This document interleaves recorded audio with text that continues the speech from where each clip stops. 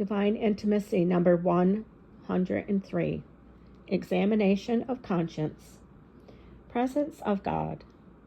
O Lord, cast a ray of light on my soul, so that I may be able to see myself as you see me, and as you judge me. Meditation 1.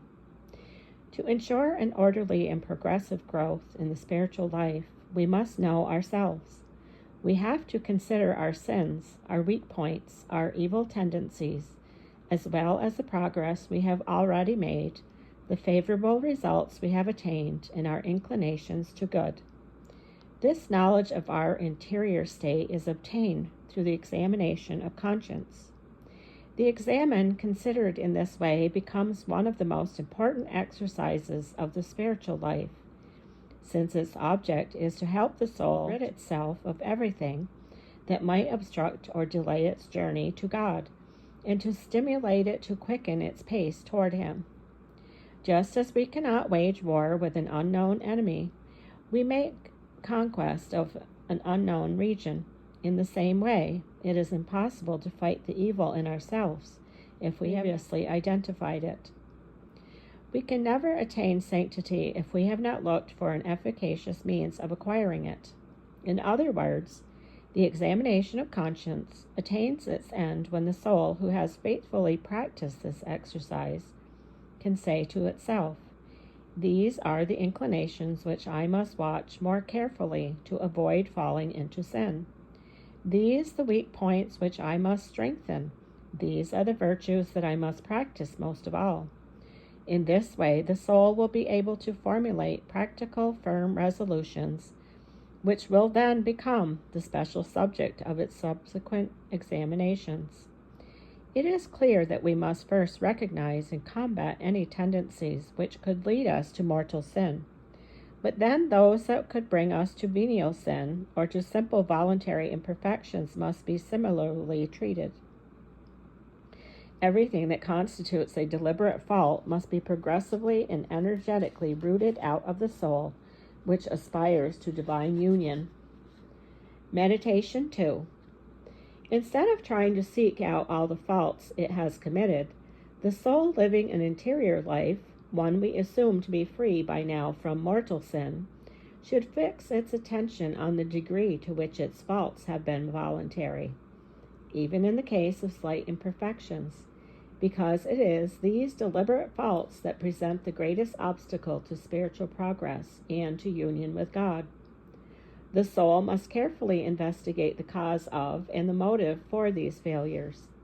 It must realize that while its exterior faults are of various kinds, faults against charity, for example, or patience, or obedience, or sincerity, all of them, nevertheless, have one and the same cause, one common root, which may be, for example, pride or sloth. It is precisely against this root of our sins and imperfections that we must direct our efforts, not simply to lessen it by mortification, but rather to fight it directly by the increase of the opposite virtues in ourselves. In other words, we must struggle against our dominant passion or fault. This is very important, for by aiming to destroy the evil at its root, we eliminate at the same time many actual faults.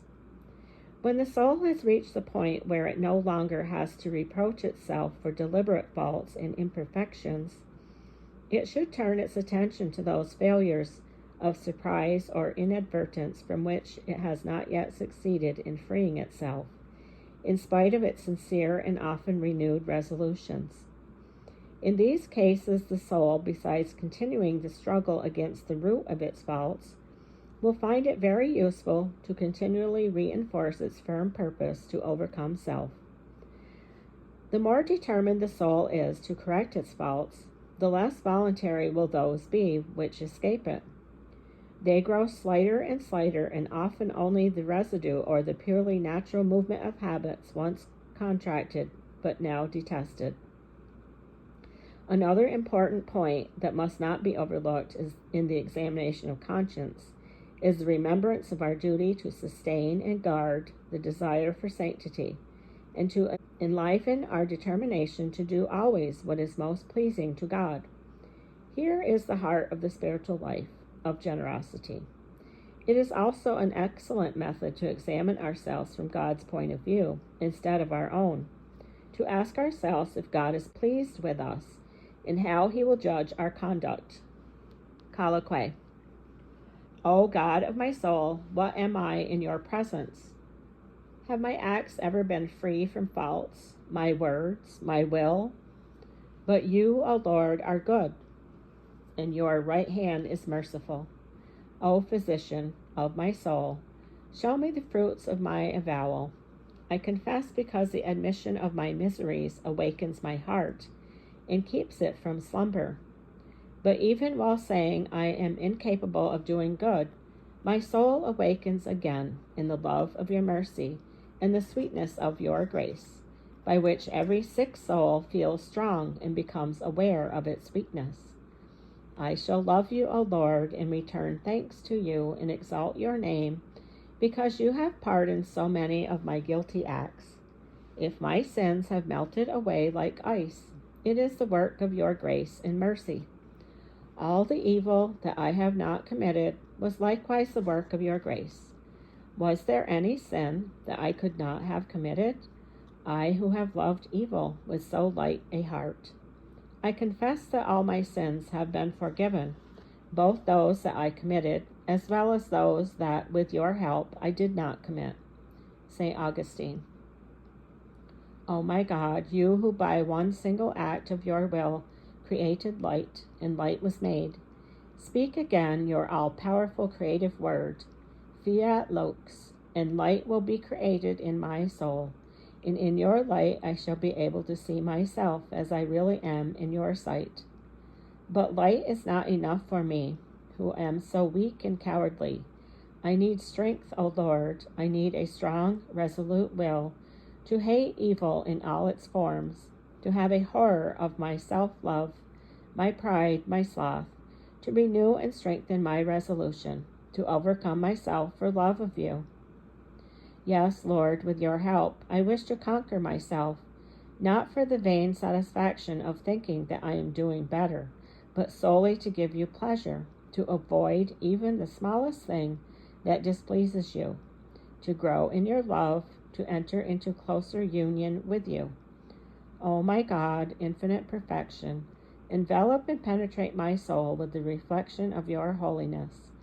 And just as the sun illumines, purifies, and makes the earth fruitful with its rays, illumine, purify, and sanctify my whole being. Teach me to look at myself with your eyes, to know myself as you know me, to consider my miseries in the light of your infinite perfections, to open my soul to your purifying, sanctifying light. End of 103, Examination of Conscience.